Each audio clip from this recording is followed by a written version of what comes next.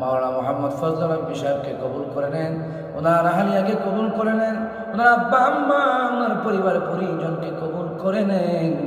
আল্লাহ ওনার যারা দুনিয়া ছেড়ে অন্ধকার কবরে চলে গেল, মরহুম আব্দুল মজিদ নম্বর সাহেব ওনার দাদা যান, আল্লাহ মেহেরবানি করে তাদের কবরগুলো জান্নাতের টুকরা বানায়া দেন।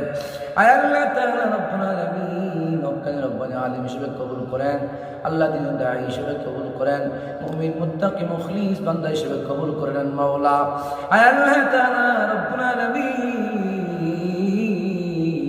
আয় আল্লাহ তাআলা রব্বুল আলামিন, আল্লাহ